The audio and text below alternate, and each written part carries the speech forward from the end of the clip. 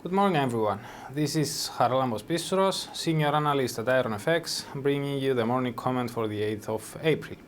Is the scenario of a Bank of Japan currency intervention likely? The Japanese yen continued to appreciate against its major counterparts, something that raises concerns of reduced export competitiveness and, more importantly, increases the possibility for this to become a drag on the already very low inflation rate. While Japan's Prime Minister Abe recently stated that nations should refrain from arbitrary intervention in currency markets, the country's finance minister said today that the government would take steps as needed to counter one-sided moves in the currency market. More Japanese officials tried to jawbone the currency lately, including Bank of Japan Governor Kuroda.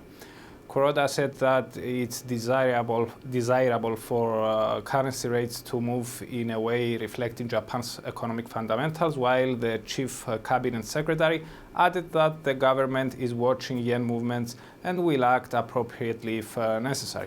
In our view, such comments raise the likelihood for the Bank of Japan to intervene in the currency market, given that the bank's foray into negative interest rates hasn't generated the desired effects.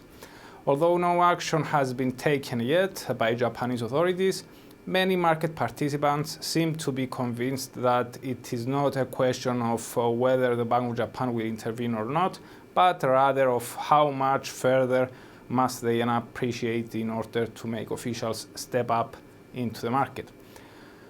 Chatter around the marketplace is that the levels in dollar-yen where an intervention could take flesh may be the psychological zones of 105 and 100.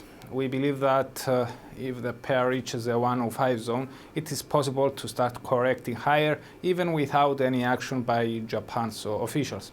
Investors may start liquidating their short dollar-yen positions simply on fears of intervention, which would make yen's retreat a self-fulfilling prophecy.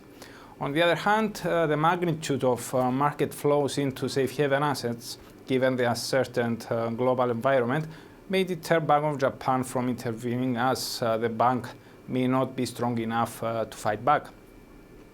As for today's highlights, during the European Day, we get the UK industrial production for February, and expectations are for the figure to have slowed.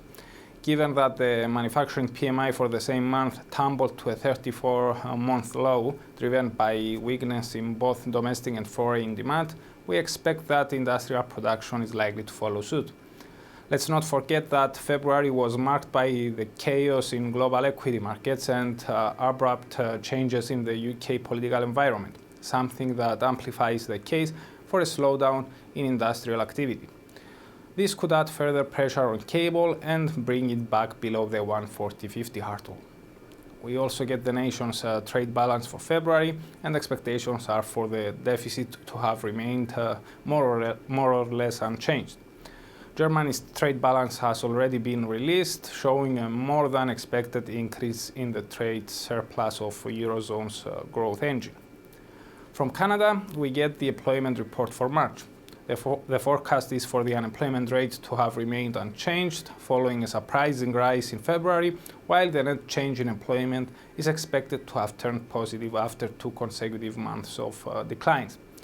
We believe that the recent recovery in oil prices is likely to have kept employment supported in Canada's major oil-producing regions, which suffered the most from the recent collapse in the prices of the black gold.